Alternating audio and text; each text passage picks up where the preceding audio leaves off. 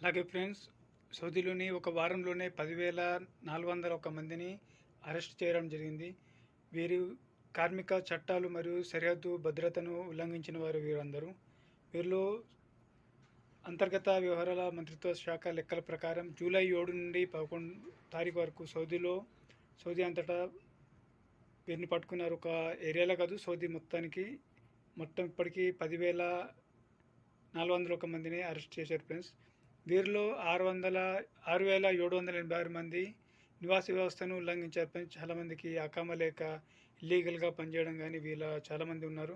అలాగే 2,442 మంది భద్రతా సరిహద్దులు బార్డర్ క్రాస్ చేసి రావడం వీరు ఉన్నారు ఫ్రెండ్స్. అలాగే 1,171 మంది కార్మిక చట్టాలను ఉల్లంఘించడం జరిగింది. అలాగే 203 మంది సౌదీలో సరిహద్దును దాటి